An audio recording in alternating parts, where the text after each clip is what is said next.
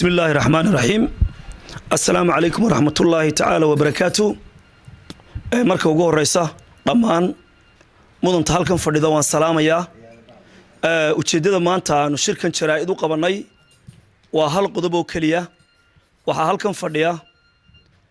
gudida guud ee beesha ciida gale iyo hoggaanka dhaqanka ama cuqaasha beesha ciida gale waxaanu u qabanay ujeedada shirkani sida la wada socotaan ay ogtihiin in dhawaale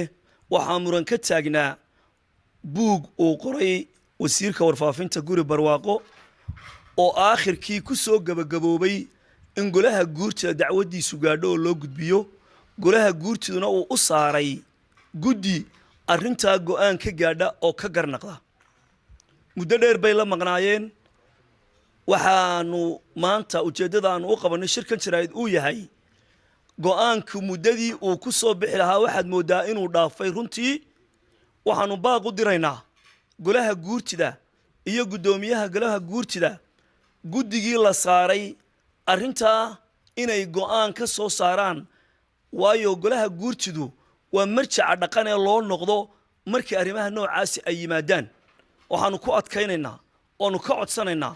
oonu ku boorinaynaa golaha guurtida iyo guddoomiyahaba inaan arrintaa la sacsacin inaan arrintaa la siyaasadaynin inaan arrintaa wax laga dhex daydayin arrintaa sidii guddiga loogu saaray go'aanka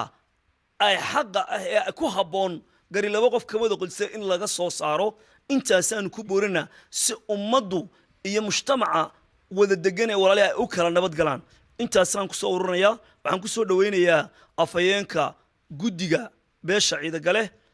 caaqil maxamed cabdilaahi maxamuud محمد وعلى آله وصحبه وسلم أجمعين marka hore gudida iyo cuqaash iyo saxaafadaba waan salaamayaa waxaan ku salaamayaa salaanta islaamka assalaamu calaykum waraxmatullaahi wabarakaatu intaa dabadeed shirkayagan jaraa'id wuxuu ku saabsan yahay arrinta buugga uu qoray wasiirka warfaafintu ee ka dhalatay buuqa badan ee baryahan miidiyaha ku soo noqnoqonayay kaas oo markii u dambeysay gaadhay in dacwadda golaha guurtida somalilan ay ka garnaqaan guurtidu guddi bay u saartay guddoomiyaha guurtidaa u saaray guddidii loo saaray arrintaa iyo golahii guurtida iyo guddoomiyahaba waxaanu kula talinaynaa oo aanu ka sugaynaa go'aankii soo baxay in ummadda la maqashiiyo kaasoo sidii ay guurtidu garatay annakuna aanu ku qancayna go'aankaa soo baxa laakiin inaan madmadow iyo meeraysi iyo dib u dhigis midna aan loo dhigin baanu ka codsanaynaa waxaa kaloonu golaha guurtida u sheegaynaa inaan reero arrintaa ka wada hadlaa aanay hadhin oo hore looga wada hadlay layskuna diidayoo arrintaasi ay ka socon weyday reerihi dhexdoodii markaa reero dambe oo arrintaa lagu soo celiyaana ma taallo waxaan hadalkii kaga baxayaa go'aanka golaha guurtida waxaanu leenahay sidii aa u aragteen arrintaa ugu dhawaaqa wassalaamu calaykum waraxmatullahi wabarakaatu alxamdulilaahi rabbi alcaalamiin waxaanu halkan isugu nimid sidaa raggii iga horreeyeyba sheegay cuqaashu sheegtay waxaanu isugu nimid arrintaa dhaqan xumada hablaha ahayd ee laga hadlay hore looga hadlay guurtiduna ay gacanta ku haysay taasoo meel kale oo caawa lagu xallin karaya aanay jirin markii reera dhexdoodii waxba lagaga qaban waayey ay guurtidu gacanta ku dhigtay sidiina ay u waday wax kaloo soo kordhayna ma jiraan waxaanu tirsannay in arrintii yaro raagtay oo xagga guurtida ay habsan baanu ka tirsannay sidaa awgeed waxaanu ku wargelinaynaa guddoomiyaha guurtida iyo golaha guurtida iyo guddidii gacanta ku haysaba arrintaa in wakhtigeedii wixii ay ka soo saareen ee iyagoo ay aqoon ahaan ka garteen ay si dhaqsaa uga soo saaraan si dadkii arrintaa dee wax ka tabanayna ay ugu qalcaan meeshiina ay u bogsato taasaanu maanta u nimi sidaasaanu faraynaa waxaanu la hadlaynaa golaha guurtida waa arrin qaranku wada leeyahay waa arrin caawa in lagu wada foolxumo ahoo dee birmageydaahoo hablaha in la taabta arrinkoodu waa birmageydo sidaa awgeed dadku wuu idin eegaya haddaa golaha guursida tihiin iyo haddaa guddoomiyaha tihiin sidaa awgeed waxaanu idinka codsanaynaa in sida ugu dhaqsaha badan lee suuragala arrintaa wax uga soo saartaa wasalaamu calaykum waraxmatullahi wabarakaatu hadalku wuu soo gaaban yahay waxaan salaamayaa cuqaashan fadhida iyo saxaafadda iyo ummadda islaamkaba waan salaamaya asalaamu calaykum waraxmatullahi wabarakaatu hadal badani meeshan kamuu hadhin hadalka cuqaashii intii ay tidhi buu ku kooban yahay waxaanu iska raacsannahay oonu leenahay oonu halkan ugu shiraynaa in guurtida waxaanu la hadlaynaa golaha guurtida iyo guddoomiyaha waxaanu leenahay wixii agaadheen ha leexleexinina hana la gabanina wuu naga raagado runtii aad baa loo sugaya arrinkaa markaa waxay ku jirtaa nabadgelyada iyo maanta haddii aan la idmaayo wanaaggu wuxuu ku jiraa waxay guurtidu garatay oo dadka loo sheego oo aan la leexleexin hadalku intaasaan kusoo gaabiyey asalaamu calaykum maxamed cali alihi wasaxbi wasalam waxaan ka hadlayaa un arrintaa cuqaasha hore iyo odayaasha horeba ay ka hadleen ee ku saabsan buuggii dhaqanka ku xumaa ee dhaqanka islaamka ku xumaa ee ka soomaalida ku xumaa ee arrintiisu gaadhay golaha guurtida inay golaha guurtidu waa halkii kama dambaysta ahayd ee ummadda reer somalilan hadday kala saari jirta hadday colaad tahay iyo hadday wax kala tahay inay buuggaa yar ee sidaasee dhaqanka ku xun wax ka soo saaraan guddiday u soo saareen wixii ay ka soo saareen in dhaqso loogu dhawaaqo dhinacay doonto markaa aqalciso waxa weeyaan intaas baan anagu magaranaysa golaha guurtida ka sugaynaa dee waxaan filayaa inay noqdaan kuwo magaranaysa arrintaas ka soo baxa waayo wax ka weyn ayaa loo igmaday inay dhammaystiraan wasalaamu calaykum waraxmatullahi wabarakaatu الحمد لله رب العالمين والصلاة والسلام على أشرف المرسلين سيدنا محمد وعلى آله وصحبه وسلم أما بعد السلام عليكم ورحمة الله وبركاته سيدا عقاشي جهري بشجان شركة شرايد وحاو كسب سني أرنتا أنا قمر هران شركة شرايد قبلنا ما أرنتا هران قبلنا وحكوا الرئيس إن أنا خير كلا شرنا إن أنا خير كدانا مركي أرتا وحاسب بحان إن وأنا أتقنيه ودت كلامار مي من هنا ودت مجاله ودي الله لا يبان ima ka ragaanin waa inay dhaleen iyo inay aabihii dhaleen ayaanu nahay gebigayguba markaa waxaanu warde arrintan ina dhaqi mayse ilaa haddii daantanna laga qoro mid kale oo iyaduna taa caayaysa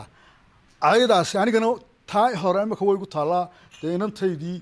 iyo walaashay ayaa ka cabanaya iyo edaday ta dambe la qorana habaryartay iyo habarwadaagtay iyo inaabtiday iyo ayeeday baa ka cabanaya dhinac walba waan ku gubanaynaa markaa waxaanu anagu nidhi warnimayo arrintani ina dhiqi mayse bal isu keenkeenoo arrintaa waxaanu doonaynay inaanu si hoose wax isu tusno walaaladayada arrintaasi may ku qancinoo wayna jectadiyeenoo 4-5 goor dhaqankana kumaba jirto marka reer ku dalbada inaad diido dabadeedna shir jiraayad baanu qabanay shirkii jiraayad waxaanu berigaa ku sheegnay inaanu guurtida arrintaa u dhiibnay iyo cid kasta oo dhaqan Soomaaliyeed oo wanaagsan leh ama dhaqan Soomaaliland leh oo salaadiin iyo cuqaala waxa weeyaan arrintii hablihii iyaga guurtida geeyay guurtidii waan ku faraxnay in la geeyo waxaan mar haddii aanu dee reernimo iyo ehelnimo iyo abtinimo iyo seedinimo iyo sodognimo aanu arrintii ku dhammayn kari weynay in guurtidu waa golaheennii inay dhammayso waan ku qanacsanayn waxa aad nooga degi waayey oo haddana imika soo baxay golihii laftiisii baa culays la saaro Saleemaan waxa la saaray inaanu arrintaasi shaacinin nimayo arrintaasi inta ay soo baxdayba yaani anaga de waxaynu uga hayd culays sababta keentayna cuqaashiyadoo dhan ay isu timaada wacanka buugan meel uu ka fayoobeyba ma garanayaanu hablahan aanu ka caawinaynaa way ku jiraan in Cabdilla Xasan ayaa ugu fog qof waa nin Soomaaliya oo islaam oo dhintay weeyaan waxa weeye wuxuu ahaa nin islaamnimo ku dagaalamayay khalad ku doonaha lahaa islaamnimo nin ku dagaalamay lahaa islaam baanay ingiriis oo naga tag booha waxana u daliila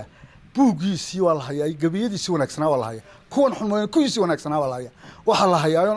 anigu gabayga aan meelan ka maraba waayay islaamnimadiisa iyo ninka dadnimadiisa ingiriiskii baa waraaq u soo diray wuxuu yiri 2,000 oo ginina waan ku qoriyay 1,000 ginina jumada hayde wadankana boqor baan kaaga dhigay ilaahi gabay buu tiri uu leeyahay anaan labada daaro tan hore darajo moodayne diinteeda anigaan ku goran dollar iyo luule ilaahay baan isku dhaariyay markaasi mumid islaamnimo iyo damiir wanaag baa mise mid xun buu ahaa waxaa kaloo idiin sheegaya in cabdilla xasan waxa qiray abiyey axmed baa yimid jigjiga wuxuu yidhi geeska afrika raggii halgamay abiyey axmed nin islaamaba maaha soomaalina maaha inagu islaamna weyne soomaalina weyne horta gabayga ninka ugu badan ee lagu caaya waa ninkaa kaa laftiisaan meesha leegayn waxa weeye walaaladayo ergaan unay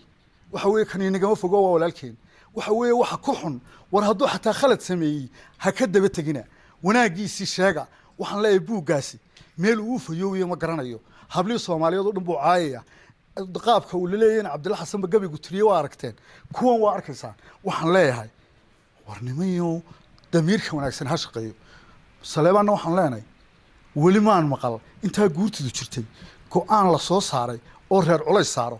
hadduu saleebaan ku cawdo reer baa culays saaray daanana reer baanunay dadkuna reeru noqon doona arrintaa waxaan leeyahay saleebaan nin weyn baad tay in badan baad soo talinaysay annagu cid kaloon la hadlaynaa ma jiro buuggaa hoos u eego waxaanu leenahay ka baabi ummadda oo annagu hablaha iyaga u hadli mayna kuwa dambe la caayo doonaan u hadlayna oo annaga lafteeda jiirkayga oo annagu hablaha ma kala jecelin oo waqtigii waxaan la tirinayay dadku juhal u ahaa waxaasu wanaag u haystay laakiin maanta ma aragteen nin gabya oo hablo Soomaaliyeed ay qabiilka doonahanaadi ma jirto dadku uu ka ilbaxay war waxaanu leenahay buuggan cidna wax tari maaye ninkan odayga buugga qorayna waxa u dana baruu dhimanaya aakhiru tagaya buugga isagoo ka astaaqfarlaysto isaga laftiisu guba oo cidnaba la sugin marka hadalkii waan badiyay waxaan hadalkii ku soo gabagabeynayaa ilmaade rayaal oo guurtiyay oo dhaqano waa goli u sareeybaatiin arrintaasi yay soo noqon arrintaa waxa laga qabto hala soo saaro go'aanka assalaamu calaykum waraxmatullahi wabarakaatu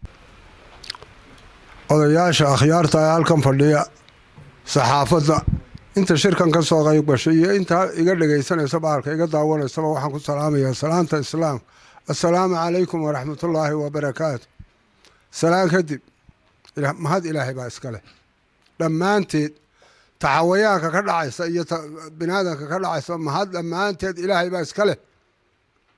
ilaahay isugu keenay inaynu danaheenna halkan kaga wada hadallo kolba dan baa joogtay tii maanta joogta aynu halkan kaga hadallo taasoo ah qofka binaadankaa ama islaamkiga inaad naftiisa ilaaliso ood u dhowrto ilaahay baa ku faray inaad maalkiisa u dhowrto ilaahay baa ku faray inaad cirdigiisa u dhowrtana ilaahay baa ku faray cirdigu waa shay qaaliya macnaha dhignatigiisa inaad u dhowrto oo u ilaaliso oo aanad ku xadgudbin waa muhiim halkan xadgudub baa ka dhacay waa buuggaa uu qoray guri barwaaqo insha allahu guri barwaaquu noqon doonaa guri balaayo noqon maayee waxaan kula talinayaa abti baynu is odhan jirnay abti iska baabi'i wax halkaasi magac laga daya kuma jiro wax lagu aargoostaana kuma jiro wax caawa mujtamac lagu beleeyo oo buuq iyo xiisad lagaga kiciyaana kuma jiro waxaanu leenahay aad ka istaaqfirulayso kaasi waa xagga guri barwaaqo ka kale guurtayda arrin baa laydiin dhiibay magacan guurti la yidhaha solaadiinta iyo ogaashaa lahayd idinkaa makhaayadii qabsaday dee inaad wax ku qabataan baa hadda la doonayaa inaad wax ku qabataan oo dadka ku kala wadaan baa fiican kolkay sidaa tahay haddii arrinkii laydiin dhiibay oo ilaahay idin hor keenay geed walba in gubtaa waa hoostaal ka daarafka inoogu xiga iyo ka daarafka inoogu xiga midna in gabadhiisa iyo inantiisa iyo inaabtidii iyo habaryartii la caayaa ma fiicna ninka qoray inuu ka baxsan yahay buu isu qabaa laakiin kama baxsana caydaa kama baxsana waxaanu leenahay ka istaaqfirulayso guurteed adna go'aan baa lagaa sugaya gargo'i weyday go'aanka gudideeda xun gargo'i weyday guurtideeda xun baa la yidhi wariyay ruxaninoy lulaninoy xiisado kala kicinine go'aanka iyo judgmentka ku dhaqsada waxaasay nala taydhaha waa lagu nafisi dadkaa ku kala hagaagi haddii kale dee iskaga fadhiista meeshoo bal dadkii awalba guurtida magaceeda lahaa dee ha yimaadee dee iskaga fadhiista ilmaadeer hayaa ilaan meesha isku xiiqi mayne wasalaamu calaykum waraxmatullaahi wabarakaatu saxaafadda iyo cuqaashaba waan salaamayaa kolleyba dee cuqaashaad uga hadashay buuggaasi aad uga hadashay arrintu waa arrin dhaqan haddana guddidan ahayna waxaanu u daba fadhiisanay cuqaasha maadaama ay tahay arrin dhaqan horena way u soo wadeen waxaan ka bayaaminayaa anigoo ah markaa gudoomiye ku-xigeenka guud ee guddida beesha ciidagale in arrinkan uu soo jiitamay horena cuqaasho aad ugu dadaashay dadkan ay xakameeyeen runtii si waayeelnima u galeen isku dayn inay hoos u damiyaan u dami waayey in badan ba halkan reero ku shireen waxbay ka socon waayeen aakhirkii wuxuu gudbay guurtida waxaan kula dardaarmaynaa siday cuqaashuba sheegeen inay soo gebagabeeyaan oo wixii guddidii loo saaray ay go-aan ku gaadheen in la shaaciyo oo ummadda loo soo bandhigo waxa sugaya ummaddii hadlaysay ee ilaa yurub ilaa ameerika ilaa adduunka oo dhan ilaa somalilan gobol aan laga hadlin ma jiro wuxuuna wax basiida marka si loo eego de ceeb weeyaan wax ceeb in la suuliyaana waa waxbay waajib ku tahay wasiirka laftiisa uu sheegay caaqilku inuu isagu gubo oo buuggaas ku gubo waxaan kusoo gabagabeynayaa in guurtidu isagu dhaqsaa badan lay u shaaciyaan aad baan saxaafadda u salaamayaa cuqaashana aad baan ugu mahadnaqaya assalamu calaykum waraxmatullahi wabarakaatu